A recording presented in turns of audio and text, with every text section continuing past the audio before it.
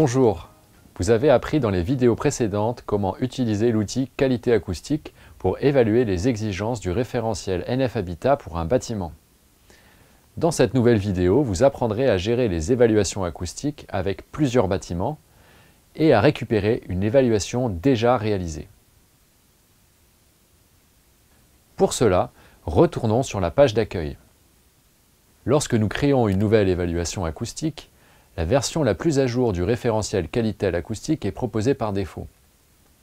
De plus, sachez que l'outil acoustique récupère les informations issues de l'outil d'évaluation relatives à la typologie des bâtiments, collectifs et ou individuels. Il crée donc par défaut autant de bâtiments que nécessaire.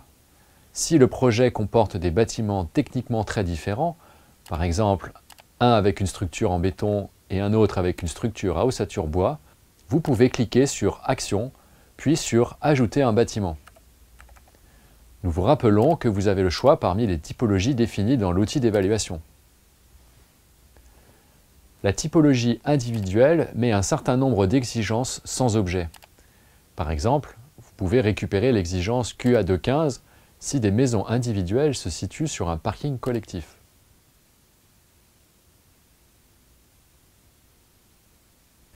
Passons maintenant à la gestion des évaluations. Sur l'écran d'accueil, vous pouvez récupérer l'évaluation que vous avez réalisée à la phase précédente, en allant sur le bouton Action, puis sur Dupliquer.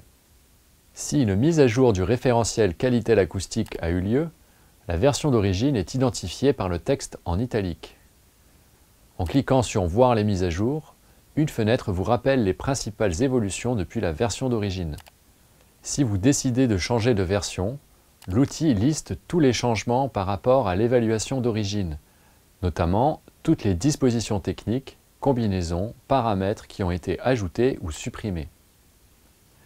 Vous pouvez également dupliquer des évaluations, si vous voulez par exemple voir l'impact d'un nouveau référentiel acoustique sur la conformité du projet. Celles-ci ont un statut de brouillon. Nous rappelons qu'une seule évaluation peut être envoyée à l'outil d'évaluation et, à la différence des brouillons, elle ne peut pas être supprimée.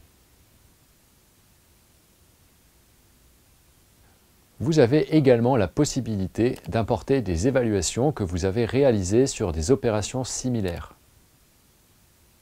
Pour cela, vous devez au préalable exporter l'évaluation que vous voulez récupérer en cliquant sur Action, puis sur Exporter dans un fichier. Puis vous devez l'importer depuis votre projet en cours en cliquant sur Ajouter une évaluation, puis sur Importer un fichier.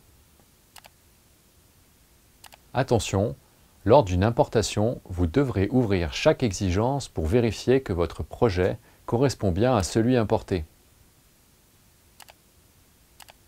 Le statut des exigences sera alors mis à jour. Sans cette vérification, l'évaluation ne sera pas finalisée.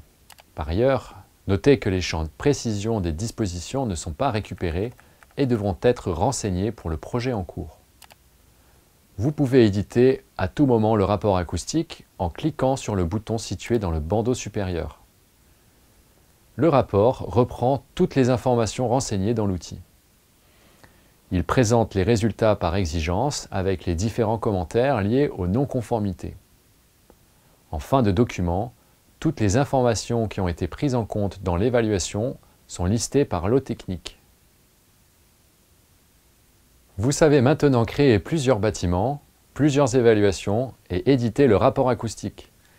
Grâce à toutes ces séquences, vous avez les connaissances requises pour évaluer la rubrique Qualité acoustique du référentiel NF Habitat, NF Habitat HQE. Pour un meilleur apprentissage, nous vous invitons à utiliser cet outil dès que possible. Bonne application!